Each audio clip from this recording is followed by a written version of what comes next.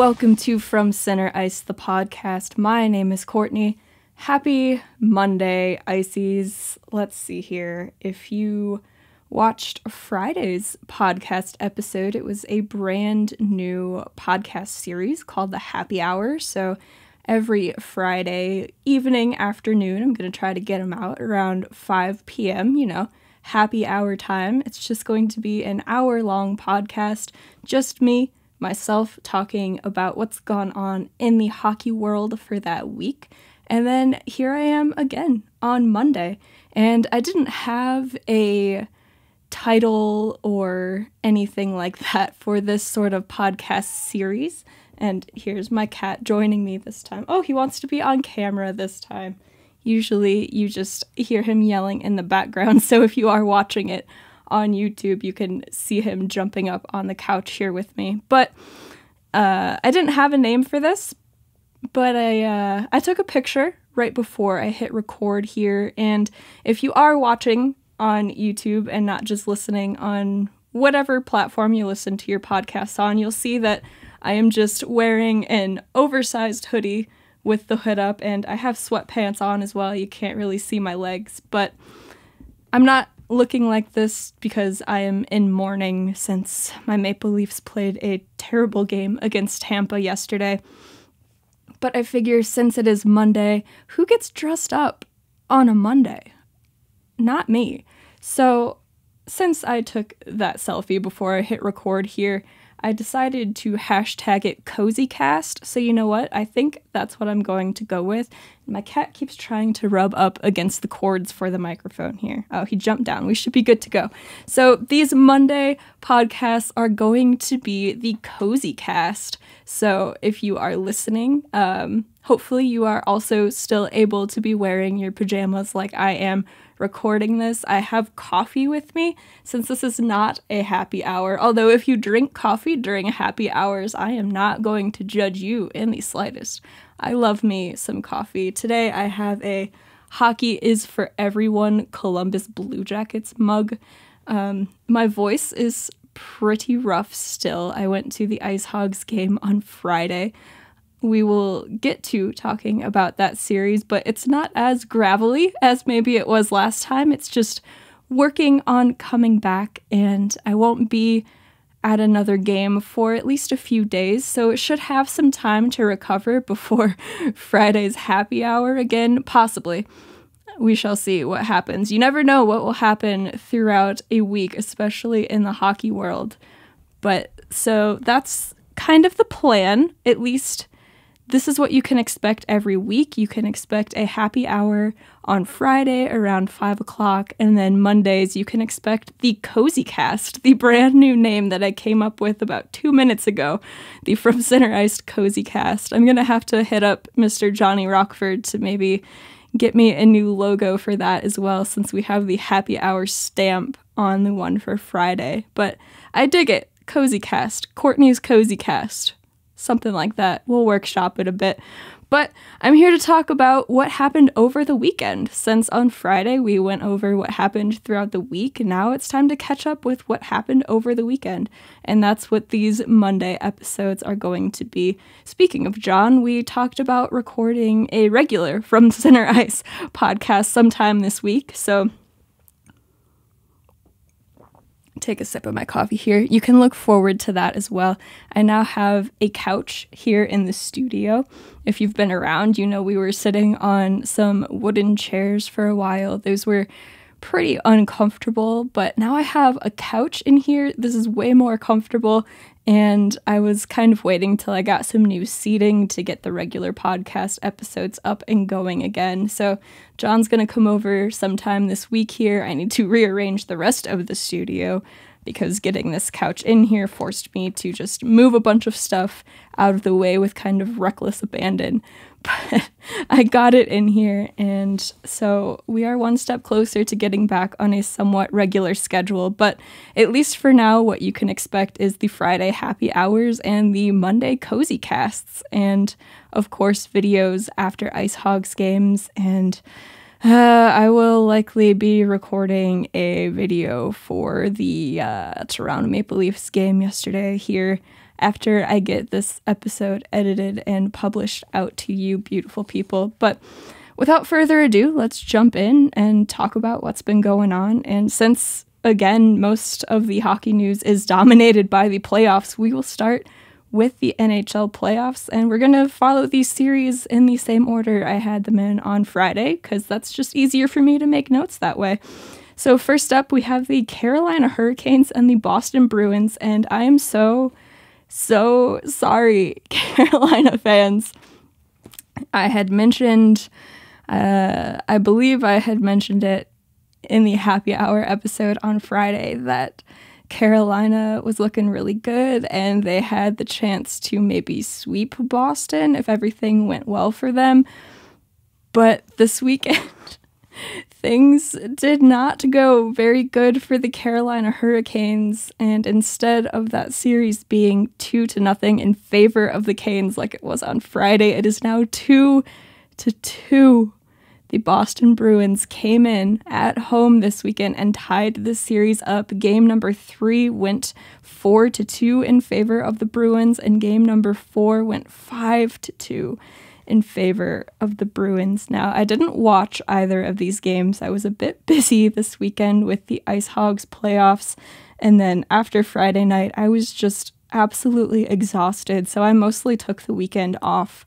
But I saw on Twitter, now I don't know, I didn't watch, I don't know how reliable this information is, but in game number 4, I believe it was yesterday, Brad Marchand called Tony DeAngelo a racist to his face. Now, I haven't seen any clips of it or anything. I just saw people talking about it on Twitter. You can let me know if you're watching this on YouTube in the comments whether you saw this or not, if it did happen.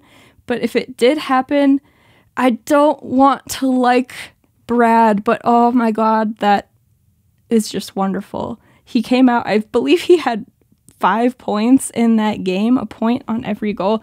You know what? I'm actually going to look this up very quickly while I'm sitting here. Just open up the NHL app here. Sunday, Boston, Game Center, Bruins, number 63, Mr. Brad. Yes, 2 goals and 3 assists. So he factored in on every goal for the Bruins, 5 points, and apparently called out TDA on the ice for being a racist. And if that's the case, what a legend. And I don't say that lightly. I don't want to like Brad, but oh man, that's beautiful. It warms my cold little heart. But let's move on to the next series before I go off on a rant about Tony DeAngelo, where we have the Florida Panthers versus the Washington Capitals. And the Caps have a 2-1 lead on that series right now. Game number 3 on Saturday, the Caps won 6-1 over the Florida Panthers. What? Now, I'm not going to sit here and say it's totally surprising that the Caps are winning games and beating Florida, because how could you ever count out a team that has freaking Alexander Ovechkin? I certainly wouldn't. And the Caps are always fun to watch in the playoffs. They just are. They're just one of those teams where you see the Washington Capitals playing afternoon hockey and you go, it's playoff time. Much like the Pittsburgh Penguins and New York Rangers, who we will be talking about just in a few moments here, how when you see those two playing each other, you go, oh, it's playoff time. That's kind of how it feels with the Caps. But with how good the Florida Panthers were all season, with coming back in games and just somehow miraculously getting wins, them being down 2-1 in the series so far is kind of surprising. Now, it's only 2-1. That's basically nothing. They can easily come back tonight, tie the series up 2-2, and then win 2 straight games and win the series 4-2.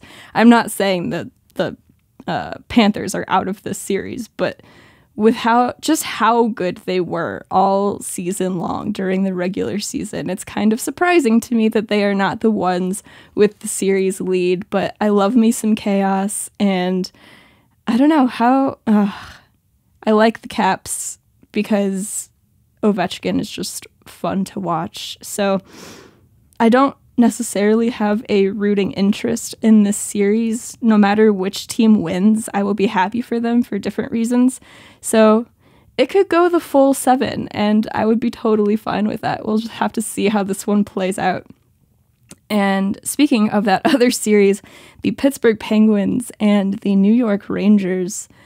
Wow. So that series is 2-1 in favor of the Pittsburgh Penguins, maybe much like the series we just talked about. I don't know that many people would have had Pittsburgh taking the lead in this series, especially seeing as they are on their third string goaltender in Domingue. If you didn't watch Friday's episode and you haven't been keeping up with what's going on with Pittsburgh and the Rangers, so Tristan Jarry is the starting goaltender for the Pittsburgh Penguins usually, except he is currently out with a lower body injury, listed as day-to-day the last I saw on Friday. I haven't looked since. And so Casey DeSmith started game number 1 for the Penguins since he is their backup. And in the second overtime, he left the game just out of nowhere, and Domingue had to come in. He made, I want to say, 17 saves and got the win for Pittsburgh in triple overtime. And so he then started game 2 and game 3, and now Pittsburgh has a 2-1 series lead. Casey DeSmith had core muscle surgery, and he is out for the playoffs. So Domingue is the goaltender going forward until Tristan Jarry is able to come back. And Pittsburgh, I don't know what kind of magic they have going on over there with the Pens, but whenever there's an injury, that next guy up mentality, they take that seriously because they always seem to get wins when they should be down and out. I believe I said this on Friday, but I would not be surprised if at the end of the playoffs here, Domingue is the first guy after Sidney Crosby raising the Stanley Cup. Like, Pittsburgh is just something else. They are something else. But they won game number 3, 7-4. 7-4. Evan Rodrigues had a hat trick in game 3. Igor Shesterkin, a Vezina Trophy probably finalist. I don't know if they've released the nominees for the trophy yet. And a candidate for MVP. He was pulled after the first period after allowing 4 goals. And I'm not going to sit here and blame the loss on Igor Shesterkin. Like, the guys in front of him really have to step up. But it's just more so, how does Pittsburgh just keep doing this? I don't know. I haven't been able to figure it out. I don't know if Penguins fans even know. They just don't complain about it, because why would you if your team can just pull wins out of nowhere? But that's that series. Pittsburgh is leading 2-1, and they are on their third string goaltender, and they chased Igor freaking Shesterkin out of the net after 1 period in game 3. So game 4 tonight should be very interesting, and I will be tuning in to watch, that's for sure. Next up, we head to the Central Division, where I live and make my home. Not in either of these cities, but in the Central Division at least. We have the Minnesota Wild and the St. Louis Blues. That series is tied 2-2, and it seems like whoever wins has to just blow out the other team. In game number 3, Minnesota took that game 5-1 to take the 2-1 series lead, but then St. Louis came back last night and won 5-2 to tie the series up 2-2. I could see this one going back and forth the whole way, going to 7 games. Maybe both teams' fans don't want that to happen, but I could certainly see it happening. Of course, from the Blackhawks perspective, as these shows always come back around to, as I am a Blackhawks fan, it would be better for us should the Minnesota Wild advance, seeing as we traded Marc-Andre Fleury to them at the deadline, and if he goes to the Western Conference Final, plays a certain number of games, we get a first-round pick.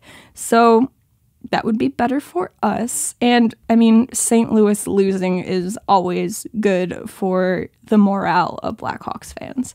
So we'll see what happens in that series. I haven't really watched it because I'm not a fan of either team, really. I'm a fan of some players from either team. Yes, even the Blues. I do like Colton Parayko. I think he is a really good defender. I certainly like more players on the Wild. Of course, Fleury and former Blackhawk Ryan Hartman. And how can you not be intrigued, at least, by Kirill Kaprizov? So we'll see what happens in that series. I could see it going the full 7, but we shall see. Next up is a very strange series out west, the Edmonton Oilers and the LA Kings. So when we first visited the series on Friday, take another drink of my coffee here to talk about this series. It was tied 1-1. The LA Kings won game number 1. Edmonton came back in game number 2. I believe that was the 6-0 shutout for Edmonton. And then game number 3, Edmonton also came out with a determination to win. And I haven't watched game 3 or game 4. Again, kind of busy this weekend with the IceHogs and taking the rest of the weekend off out of pure exhaustion from being very, very happy on Friday. And, happiness is just exhausting. But anyway, so Edmonton came out in game number 3 and they got an 8-2 win over the LA Kings. 8-2. 8-2. The playoffs this year are crazy. We haven't seen as many tight games as maybe we are used to in the playoffs. There have been a couple, but most of it, the winning team has blown out their opponent. It's very weird. And maybe that's a good thing. Maybe it signals that scoring is up in the NHL. I will leave that to the stats guys who are much smarter about that type of thing than I am. 8-2. And after 2 blowouts, 8-2, and I want to say it was 6-0 in game 2 for Edmonton, it really looked like Edmonton was taking charge of this series. Like, maybe most people expected them to come out and the Kings wouldn't have a chance against McDavid and Leon Draisaitl and whoever else is scoring a ton of goals for that team. Of course, those are the main two, the two-headed monster there. But then game number 4 came around, and Jonathan Quick decided to take a quick sip from the fountain of youth and made 31 saves in game 4 to get a shutout, and the Kings won 4-0. So that series is tied 2-2. And I don't know why this is surprising to me. The Kings have been a very intriguing team this year, and when both the Kings and the Blackhawks were kind of in their golden years trading cups there every other season, I was very much not a fan of the LA Kings, and they were on the list of teams that I hate. But while I am still not a fan of Jonathan Quick, the Kings are a team that definitely intrigues me. I think they have a lot of good young pieces. Of course, Byfield, Kaliev, and they have good old Phil Deneau, who is the one who got away for the Blackhawks. And when I say one who got away, he was involved in a very bad trade from the former front office. So it would be nice to have him on this Blackhawks team, but I'm happy to see him thriving now, first in Montreal and now in LA. So they're not a team that I hate any longer. Of course, like I said, still not a big fan of Jonathan Quick, but I'm intrigued by them, and I don't want to say that I am rooting for them in this series because I feel like whenever I root for a team, I end up cursing them in the playoffs. That's happened to me the last couple of years. Whichever team I have rooted for has definitely not won, because I've definitely not been rooting for the Tampa Bay Lightning, and they are back-to-back champs. So I don't want to say that I'm rooting for them, but I am intrigued, and I am happy that they are doing well. But I guess I wouldn't have said that they would be in this series with Edmonton, but I also don't believe in the Edmonton Oilers because they have proven time and time again that we should not believe in the Edmonton Oilers, and they just keep giving a contract to ancient Mike Smith and not really helping out McDavid and Draisaitl and putting good talent around them. And I don't know, they haven't proven that we should believe in them, but with those two, you just kind of expect them to win games, but then you remember what team they're on and you expect them to lose games. So this is a very weird series. This is another one I could see going the full 7, and I don't think that Oilers fans would be happy about that if that were to happen. I mean, it's probably better than them getting swept, but how do you feel about this series? If you're watching on YouTube, let me know in the comments how you feel about the series between Edmonton and LA. If you're listening to this on whatever platform you listen to podcasts on, you can either go over to the YouTube channel, youtube.com/c/FromCenterIce, and leave a comment, or you can reach out on Twitter at VFCenterIcePod or Instagram at FromCenterIcePod, or we do also have an email address, vfcenterice@gmail.com.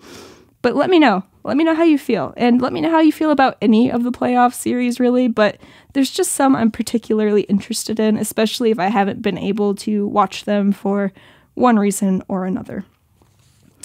And next up, we have the Colorado Avalanche and the Nashville Predators. Oh man, this series is 3-0 in favor of Colorado, which most people probably could have predicted going into the series, especially when we learned that UC Saros would be out, at least for the beginning. I don't know when or if he is expected to come back. I haven't seen any news about UC Saros, so if he is supposed to play tonight in game number 4, I'm sorry, I haven't heard anything. You know what? Let me do the smart thing here while I gotcha and look up if there has been any news about UC Saros. I'm going to refer to Twitter here, since that seems to be the place to go for hockey news. So we'll go with the latest here on UC Saros. And I don't see anything. Oh, Kevin Weeks did tweet 5 hours ago, "I'm hearing the Vezina Trophy finalists will be announced tomorrow," them being Saros, Shesterkin, and Markstrom. So Shesterkin should be a Vezina finalist, as I said earlier. That's mostly what I'm seeing in terms of news for UC Saros. So I don't know that... Oh, here... Well, this is from... I don't know how reliable this is, but UC Saros remains out for Game 4 from Line Star NHL. Let's see. NHL Daily Fantasy Projections, Injury Updates. They have 1,500 followers, so you know what? We'll go with it. We'll say it is a reliable source, and UC Saros is out for Game number 4 as well.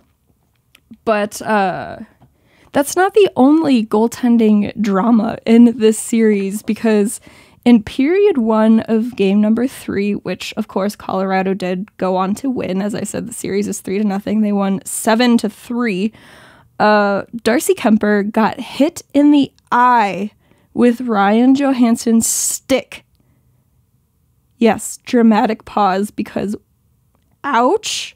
The stick went through just a gap in the mask and hit him in the eye. It wasn't intentional. I'm not saying that. Just telling you whose stick it was. It was Ryan Johansson's. There's no way that could have been intentional. He wasn't even looking at Kuemper, and it's just such a freak thing to happen. You're not going to sit there and try to weasel your stick in between the cage of the goaltender's mask. But he got hit in the eye.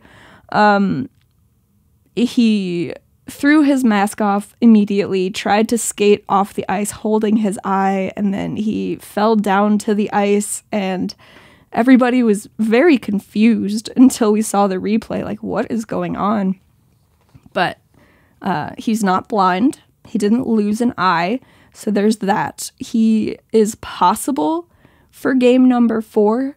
I saw that they are waiting for the swelling to go down in his eye for when he can come back and play. But Pavel Francouz came in, finished the game. He made an absolutely massive stop to end the first period with 1 second left on the clock, which, you know, had to get him back into the game. And they obviously got the win, so good for Francouz. I was surprised at the deadline that Colorado didn't try to add some more goaltending depth because, I mean, the Avs have been pretty cursed with injuries throughout these years where they've been trying to compete, and their goaltending has always kind of been a question mark. Now, they didn't have a question mark per se in net this year, as Darcy Kuemper had an absolutely fantastic season in net for the Avs, but it never hurts to have goaltending depth. I was kind of surprised that they didn't go out and make a move there, but Pavel Francouz came in and got the win. If I were the Avs, you're up 3-0 in the series. You're going back home after this game, but you can definitely finish them out tonight in Nashville. There's no real reason to rush Kuemper back in. I would just start Pavel Francouz. He got the win in game number 3. He looked good. There were no big holes to say that he can't come in and get another win. And let Kuemper, he can be the backup. He can be on the bench or wherever they put the backup goaltenders in Nashville, since you never know if they're going to sit in the tunnel or if they're allowed on the bench. Backup goalies have an interesting job there, but let Kuemper back up, let him rest that eye a little bit, let the swelling go down some more.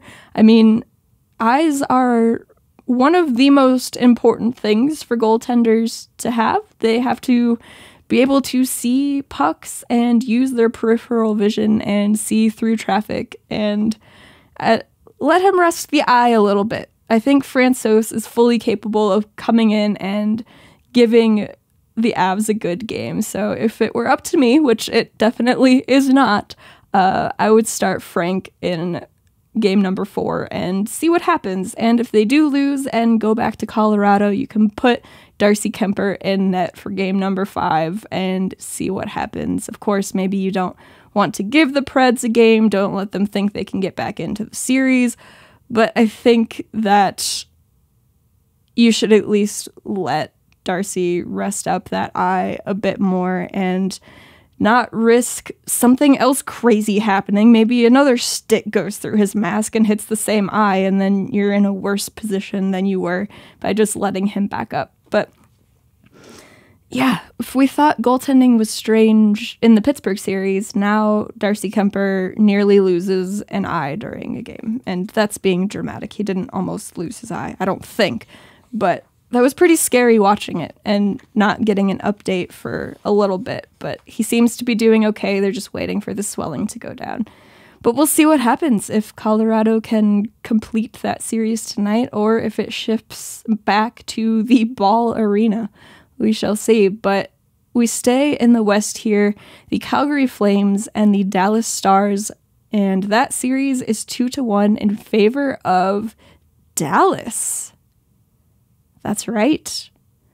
Calgary was first in the Pacific Division this year with 111 points, and the Dallas Stars were 4th in the Central and had to fight their way into the playoffs and needed help from the Vegas Golden Knights just not being able to win games to finish out the season.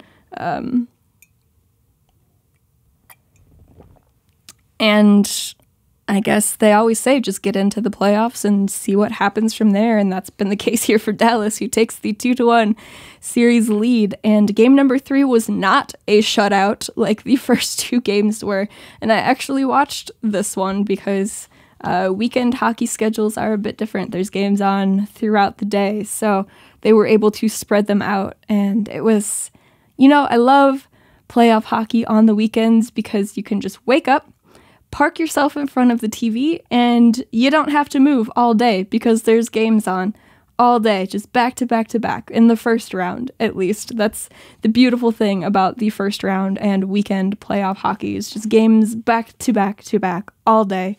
And that allowed me to watch this game, and maybe that's why there wasn't a shutout in this one. I blessed them with some goal-scoring abilities. I won't be watching tonight. I'll be watching the Avs, so maybe it will go back to a shutout for either Markstrom or Ottinger.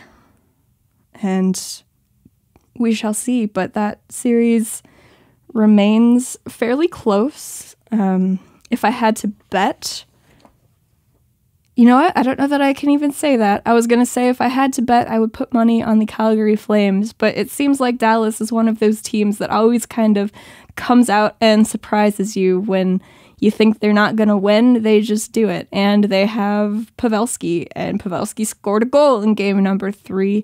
And I think he's bringing that sort of, maybe not magic, but something. He's bringing something mystical from that run the San Jose Sharks had when they beat Vegas in that crazy overtime game and then beat the Avs. I don't know. It seems like Pavelski just always finds a way to get things done. And it's going to be a sad day in the NHL when he decides to retire. But I believe the Dallas Stars re-upped him for at least another year. So we get another year of Pavelski absolutely annoying the rest of the league. And we'll see what happens with Calgary and Dallas. I think I'm taking my bet there. Taking it back. I don't know that I would put it on Calgary, even though they were extremely good in the regular season and Dallas had to fight their way. But Ottinger looks really good in net, and obviously on the other side, Markstrom looks really good in net as well. Both teams have players who can score. Maybe Calgary has a little bit more firepower there, but they haven't been able to really get anything going on the offensive side of the puck. And if they just keep relying on Markstrom to stop pucks, there's only so much your goaltender can do and only so far that they can take you there in the playoffs. So we'll see. We'll see what happens out west there, which brings us to the final series for the NHL that we haven't talked about. Oh, news just broke here. Coach Bednar for the Colorado Avalanche said that Pavel Francouz will get the game tonight, and Justus Annunen, I'm sorry, CC, if I said that wrong, will be the backup. So Darcy gets the night off tonight. Let's see if there's any other news in this tweet here from Mr. Elliot Friedman. Kuemper is quote-unquote doing well, but his eye is still swollen. So there you go. There's the news. They listen to me. Obviously, they can hear what I'm saying live, even though I'm not broadcasting this live, and Pavel Francouz gets the game tonight in Colorado. So it would be good for them if they can finish out this series and just not have to worry about it for a few days. Let Darcy Kuemper rest up that eye, get back into game time, vision, I guess. It's interesting with an eye injury. Usually you talk about their legs or their arms or whatever, but get back into game time vision shape for Darcy Kuemper there. But again, on to the last series here in the NHL, the Toronto Maple Leafs and the Tampa Bay Lightning. That series is tied 2-2. And again, this is one of those series, like I was mentioning before, how the winner has to blow out their opponent. Game number 3, the first game in Tampa Bay, Toronto came out and they won 5-2. After losing 5-3 in game number 2 in Toronto, they come out, they score 5 goals. The first 3 games of the series, the winning team has scored 5 goals. That changed in game number 4 when Tampa Bay won 7-3. They scored 3 goals in just over 5 minutes, I want to say. I'm not looking at the box score here, and I choose just not to remember specifically how long it took them to score 3 goals, but that was all that I watched of that game, if I'm going to be completely honest with you. Like I said, I took most of the weekend off, and it was very nice. I had a very relaxing weekend. I finished a book that I was reading. It was really good. I started another book yesterday.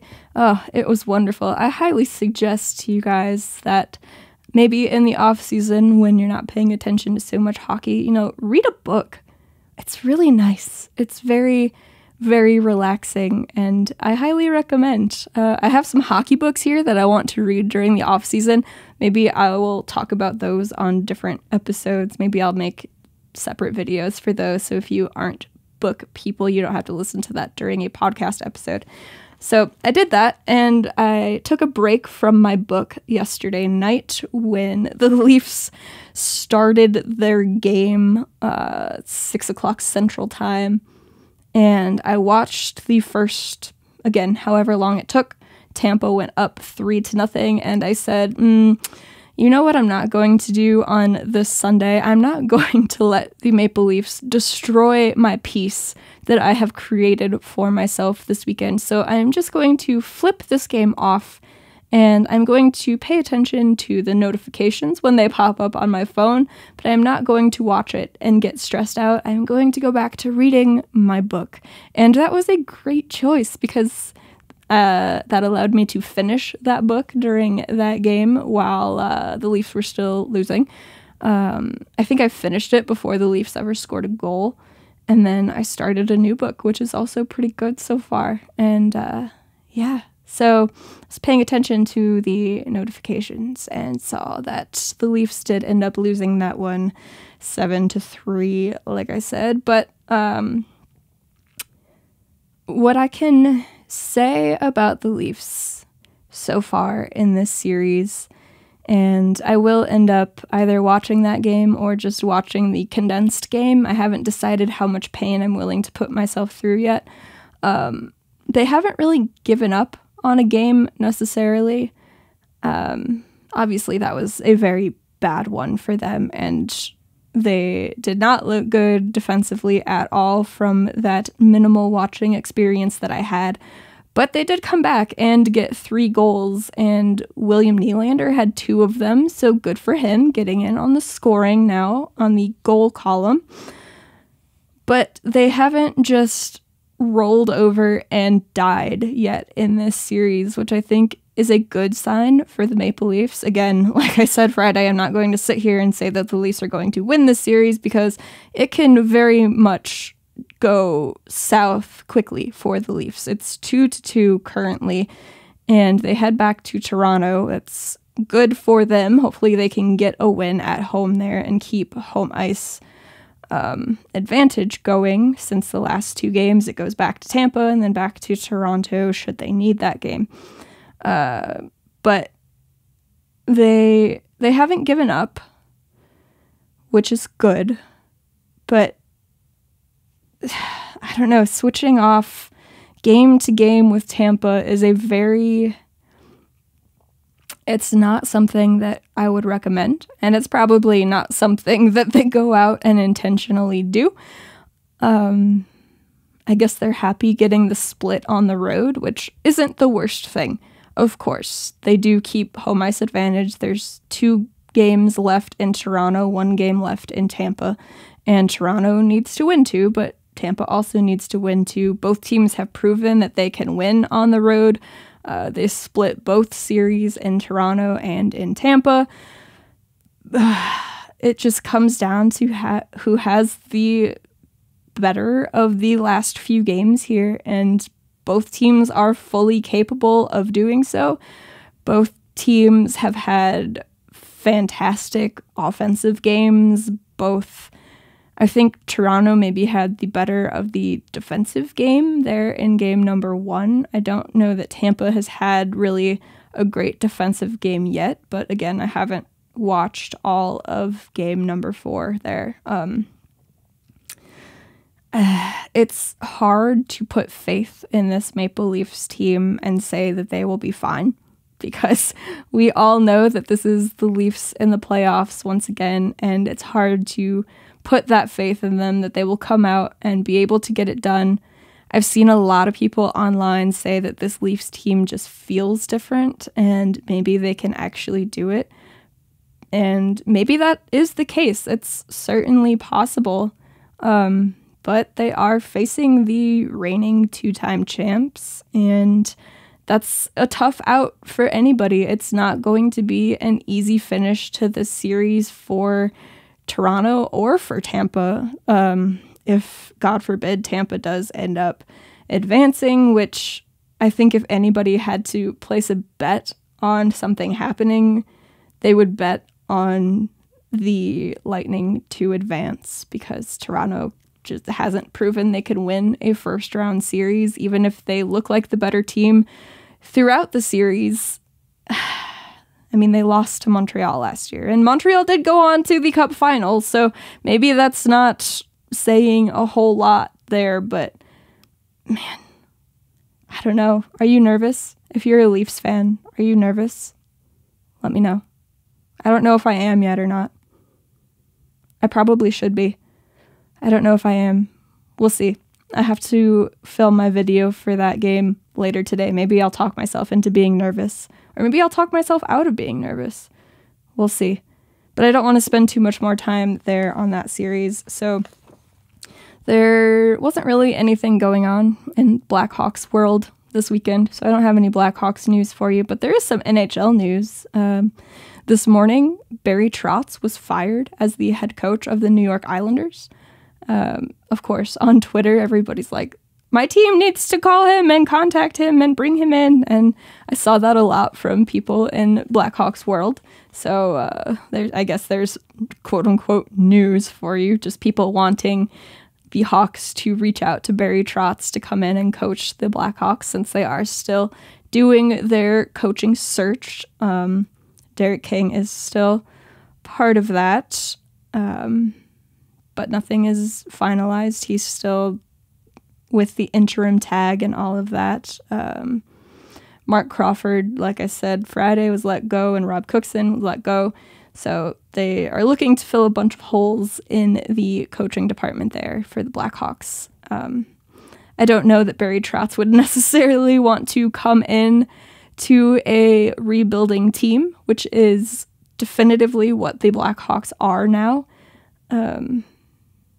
But I'm sure that at least internally, the Hawks are kicking around the idea of calling up Barry Trotz. I'm sure they will do their due diligence and see if that's something he would be interested in, or maybe the Hawks aren't even interested in that. They might have a different way they want to go, but I'm sure they're at least talking about it after the news dropped today. So we'll see where it goes from there. I would say Blackhawks fans, don't get your hopes up. I don't see Barry Trotz coming to Chicago, but crazier things have happened, and we shall see. But that's what happened there. And then good old Pierre Maguire was fired in Ottawa. Last offseason, he was named the Senior VP of Player Development. Nobody is really sure what he did in Ottawa, and now he is no longer there. So that was a short-lived role for Pierre Maguire. I will say it's been pretty peaceful not seeing him on broadcasts this year. We don't have to hear his horrendous way of pronouncing Mikko Rantanen's name. So we'll see where Pierre's career takes him from here, but he is no longer with the Ottawa Senators. So I forgot he was even there in Ottawa. He just kind of disappeared off the face of the earth after last offseason. But that is all for the NHL news, which we have some time left here. I want to try to make these cozy casts on Monday also an hour, like the happy hour on Fridays. But we have some AHL playoffs to talk about as well. And just a refresher, since the AHL is different from the NHL with their playoff structure, all but the bottom 2 teams in each division made the playoffs this year. It was an expanded playoff roster. And the first round is sort of a play-in series, quote unquote, kind of like what the NHL did in the bubble. And it was a best of 3 series. Most of those are done. There's still one going, but they also started late, but I will get there in just a moment. The division semifinals and the division finals are a best of 5 series, and then the conference finals and the Calder Cup final is a best of 7. And there were teams at the top of each division that had a bye in the first round, and I went over those on Friday, but I'll speed through them here once again. The teams with the first round bye were the Charlotte Checkers, Springfield Thunderbirds, Utica Comets, Syracuse Crunch, Laval Rocket, Chicago Wolves, Manitoba Moose, Milwaukee Admirals, and the Stockton Heat. And let's go through the series here. So I said it on Friday, but the Providence Bruins and the Bridgeport Islanders series had already gone final. Bridgeport won that series 2-0. Bridgeport is the AHL affiliate of the New York Islanders. Providence, obviously Providence Bruins, they are the AHL affiliate of the Boston Bruins. I realized that I didn't say in the episode on Friday who they were the affiliates for. Some of them are a little bit easier to figure out if you don't pay attention to the AHL because they have the same name, such as the Bridgeport Islanders and the Providence Bruins. But I'll tell you here which affiliates they are for, so you can kind of keep up to date with whose prospects are still in the playoffs and if they are your prospects. Bridgeport is moving on to play the Charlotte Checkers, who are the affiliate of, let's see here. They were the Carolina Hurricanes. Now they share an affiliate with, I want to say, the Florida Panthers and the Seattle Kraken. That series starts tomorrow between Bridgeport and Charlotte. Then we have the Wilkes-Barre Scranton Penguins and the Hershey Bears. Obviously, Wilkes-Barre is affiliated with the Pittsburgh Penguins. The Hershey Bears are affiliated with the Washington Capitals. That series is the one that is still going because it started late. They are tied 1-1. In game number 1, Wilkes-Barre won 3-0. And then in game number 2, Hershey took that game 2-1. So that Game 3 is tonight, I believe. I have the schedule here coming up in the notes, but that series is tied. I believe that is the only first round series that is still going, but again, they did start late. Next up, the Belleville Senators, which you could probably assume are affiliated with the Ottawa Senators, and the Rochester Americans, who are affiliated with the Buffalo Sabres. That series was won 2-0 by Rochester, and Rochester is moving on to face the Utica Comets, who are affiliated with the New Jersey Devils. That series starts tomorrow. The Ontario Reign, who are affiliated with the LA Kings, played the San Diego Gulls, who are the affiliate of the Anaheim Ducks. Sorry, I just blanked there for a moment.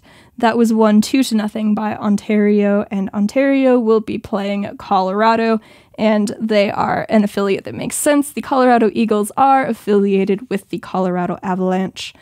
Speaking of the Colorado Eagles, their series was not final on Friday, but it is now. That series was won 2-0 by the Eagles. They played the Henderson Silver Knights, which you could probably assume are affiliated with the Vegas Golden Knights. And again, the Colorado Eagles will be taking on the Ontario Reign in round number 2. That series starts on Wednesday. The Bakersfield Condors, the affiliate of the Edmonton Oilers, they played the Abbotsford Canucks, yes, affiliated with the Vancouver Canucks. That series was won 2-0 by Bakersfield, and they will be playing the Stockton Heat, who are affiliated with the Calgary Flames. the Syracuse Crunch. Oh, the series is still ongoing, but it is a round 2 series, which started during round 1 because this is the AHL and they just do stuff down here. It doesn't always make sense, but we didn't talk about this series really on Friday because it hadn't started yet, but Syracuse was second in the North Division. They are affiliated with the Tampa Bay Lightning, and they are playing the Laval Rocket, who are affiliated with the Montreal Canadiens. Laval was third in the North Division, so they are playing each other in round number 2 as they had byes in the first round. That series is tied 1-1. Syracuse took game number 1 by a score of 5-3. Laval took game number 2 by a score of 3-2. And then back to the Central Division here. We have Manitoba, who was second in the Central Division this season, facing off against the Milwaukee Admirals, who was third in the Central Division. Manitoba is the affiliate of the Winnipeg Jets, and Milwaukee is the affiliate of the Nashville Predators. And that series right now is 2-0 in favor of Milwaukee, shockingly, because Connor Ingram is up with the Nashville Predators currently, and he was the best goaltender for Milwaukee this season. And Manitoba was pretty good in their own right this year. Of course, they finished second in the Central. Mikhail Berden was very good in net for Manitoba, at least every time that the IceHogs played them. And he must have been good every other time as well for them to finish second in the Central. But Milwaukee leads that series 2-0. Again, that is a round 2 series, so that is a best of 5. If Milwaukee were to win the next game, they would take it in a sweep, or Manitoba has the opportunity to come back and get back into that series. But Milwaukee won game number 1 by a score of 3-2, and they won game 2 by a score of 2-1. So that series is pretty close.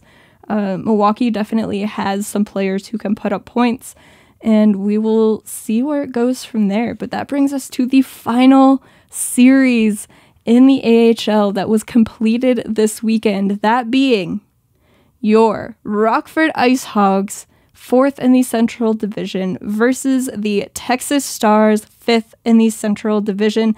That series was won 2-0 by the Rockford IceHogs. They swept the Texas Stars out of the playoffs. Rockford took game number 1 on Wednesday by a score of 2-1, and they took game number 2 on Friday by a score of 1-0 in overtime. Oh, so stressful. And that, my friends, is the reason why my voice is not at 100% right now.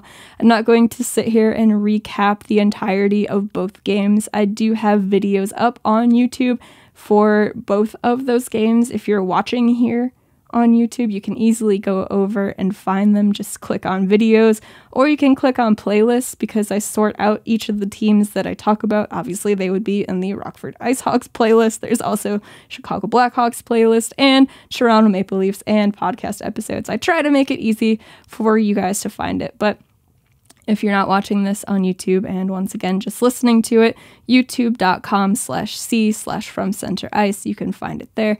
And the links to all of those things are in the description or the podcast notes for you, be it the YouTube or any social media where you can find us, or you can just go to FromCenterIce.com. There's links to everything over there for you. But I do have videos recapping both of those games, so you can hear a little more in depth about what went on there. I will also have a playoff round 2 preview for the IceHogs, who are going to be taking on their I-90 rivals, the Chicago Wolves, because that is just always how this was going to end up. They would always be facing their rivals in the Chicago Wolves. So that should be a really good series to look forward to. But the series against Texas was, it was fun. Game number 2, maybe not as fun. Arvid Söderblom, God, you can't say enough about the kid in net. Jeez, he allowed 1 goal over the 2 games. 1 goal. He was absolutely fantastic. Lukas Reichel got the first goal of the playoffs for the IceHogs in game number 1. Carson Gisevich got the second goal off of an Isaak Phillips shot. It redirected either off of Gisevich's stick or off of his skate and went into the net. And then in game number 2, the overtime winner, the 2 assists came from the best defensive pairing on the ice for the IceHogs. Ian Mitchell got the secondary assist, Isaak Phillips got the primary assist, and the goal went to Dylan McLaughlin, who, you can't say enough about that guy either. I said it in the video, but one of the backbones for the IceHogs in the forward group. Just so good, and the winning goal going to those 3 guys really... it was a statement for how well all 3 played in that series against Texas. And Texas is the team that kicked Rockford out of the playoffs in 2018, the last time they made the playoffs. So that was some sweet redemption there against Texas. But I gotta give full credit to Texas here, because their playoff spot was not guaranteed to them until the day that they locked it up. It was sort of a fight to the bottom of the division for the longest time between the Texas Stars and the Iowa Wild, which, funny enough, I believe the Grand Rapids Griffins ended up in the last spot in the Central. They were above the IceHogs at one point, and then it just kind of fell apart there in Grand Rapids. But full credit to Texas. They were fighting for their lives up until the day that they clinched that playoff spot. They were basically playing playoff games for the last 3 months, and they ended up getting that spot, and they gave the IceHogs a good run there. It was a very tight series. Again, game 1 ended only 2-1 in favor of the IceHogs, and game number 2 ended 1-0 in overtime. You could tell that they were kind of used to fighting for their lives there, because they came out flying in game number 2, but Arvid Söderblom was just not going to allow them to score, and that's pretty much what it came down to. Texas played very well. Matthew Murray, their rookie goaltender in net, I think he played 6 games for the team before the playoffs. He was their MVP of those 2 games. He was absolutely fantastic as well. So we got great goaltending performances in these 2 games. If you are a fan of goaltending, go back and watch these 2 games on AHL TV, because the goaltenders were phenomenal. And again, full credit to Texas. They came out, they tried, they were a hard out. Rockford swept the series 2-0, but the games were not easy by any means. They really had to fight, and I'm very proud of how the IceHogs played, especially in game number 1. Game 2 was a bit rough. They relied on Söderblom a lot in that game, but he was up to the task, so I'm really proud of how he played in both games. Again, only giving up 1 goal in 2 games is... wow. Just wow. And now the IceHogs move on, but Texas, they should be really proud of themselves for coming in and making the playoffs even, and then for how hard and how well they played in those 2 games to make the series tight. The IceHogs aren't really offensive dynamos by any mean, but they held Lukas Reichel to only 1 goal. They shut down that line pretty well in the second game. Reichel didn't have very many chances. Him and Tepley, they had a few. Those 2 were really good together, and they've been really good together for a while. Andrei Altabarmakian missed both games, so I'm not quite sure what's going on there. We haven't heard of an injury, but he wasn't even out there for warm-up, so if I had to guess, there's something going on there injury-wise. But the IceHogs did get Ian Mitchell back for game number 1, which was absolutely huge, because he was supposed to be out with an injury, but he wasn't, and I think that is probably a big reason that the IceHogs did sweep the series, is Ian Mitchell being back. Him and Isaak Phillips as a defensive pairing phenomenal, and both of their games have really grown a lot this year. But I could sit here and talk about the IceHogs for a very long time. But I will say that they played very well in those 2 games, and Blackhawks fans, if you're still listening to this, the future is bright here. But there will be a lot more IceHogs content as they go through the playoffs here. And again, there will be a preview for their series with the Chicago Wolves coming up here in the next few days. But that's it for the playoff series. So let's go over the schedule for this week until Friday. In the AHL, Monday night, tonight, there's only one game. It is Game 3 between the Hershey Bears and the Wilkes-Barre Scranton Penguins. Again, the affiliates of the Pittsburgh Penguins and the Washington Capitals. Tuesday, we have Game 1 between the Charlotte Checkers and the Bridgeport Islanders. We have Game 1 between the Rochester Americans and the Utica Comets. We have Game 1 between the Bakersfield Condors and the Stockton Heat. On Wednesday, we have Game 3 between the Milwaukee Admirals and the Manitoba Moose. We have Game number 1 between the Ontario Reign and the Colorado Eagles. We have Game 2 between the Bakersfield Condors and the Stockton Heat. And on Thursday, we have Game number 3 between the Syracuse Crunch and the Laval Rocket. We have Game number 2 between the Charlotte Checkers and the Bridgeport Islanders. And we have Game number 1 between the Rockford IceHogs and the Chicago Wolves. And here is where I must shout out my boys over on the Calder Farmstead podcast. Of course, here on From Center Ice, I am very focused on the Rockford IceHogs. I don't really talk about the AHL as a whole. It's something I'm interested in, but I talk more about the NHL as a whole as opposed to the AHL because it's frankly easier to watch the NHL. So please, if you are interested in these playoff runs for all of these teams, or just interested in learning about the AHL and following along with your prospects, go subscribe to the Calder Farmstead podcast. I will leave a link in the description for you. Cece and Sean are my friends. They are 2 fantastic guys. They know what they are talking about. And Sean provides analytics for the AHL, which is something that is severely lacking in AHL coverage. So go follow those guys. I promise that you will not regret it. It is one of my favorite podcasts, and that's not something that I say lightly because I'm subscribed to a lot of podcasts, but that is one that I make sure to listen to. So if you're interested in the AHL, please go follow Cece and Sean on the Calder Farmstead podcast.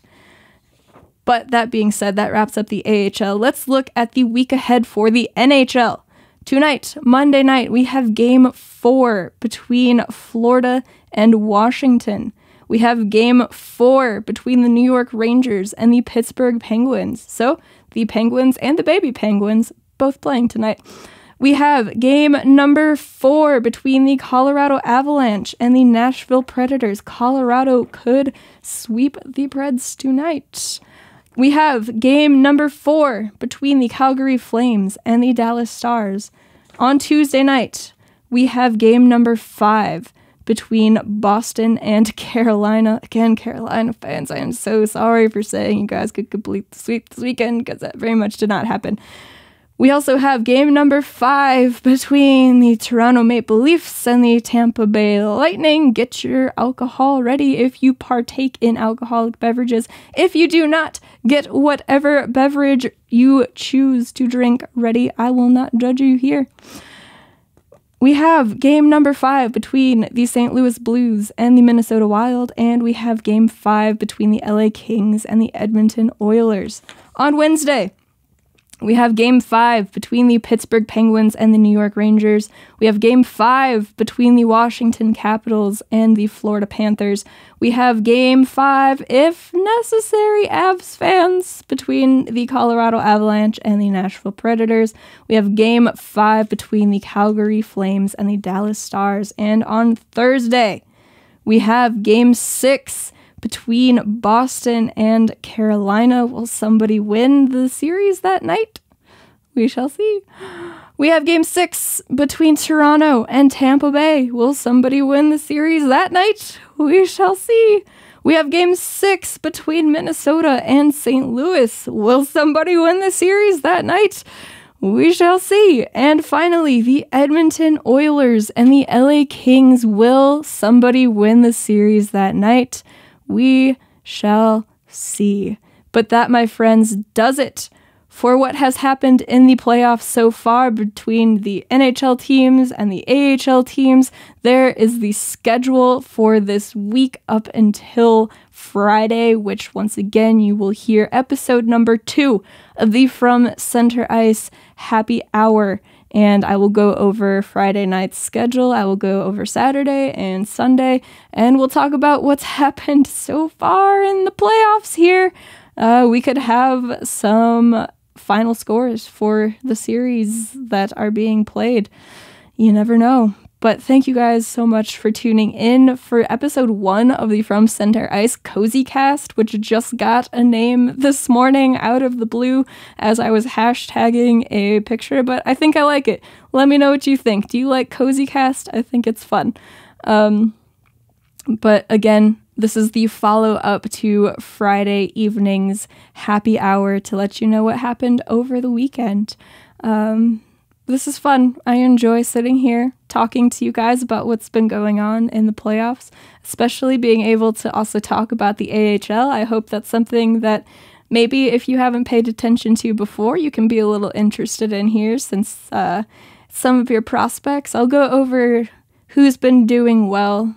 Maybe I'll do that on Friday in the happy hour. It depends on how much stuff happens. That is a few days to cover there. And if I try to keep it at an hour, I know I'm going over by a few minutes here, that it's hard to call out specific players, but maybe I'll lightning speed it.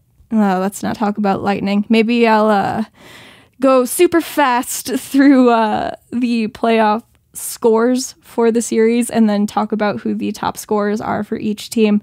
If you have any ideas, let me know. This is the only episode 1 of both of those podcast series. I'm willing to hear feedback and listen to feedback over what you guys would like to hear the most. And but thanks again for tuning in.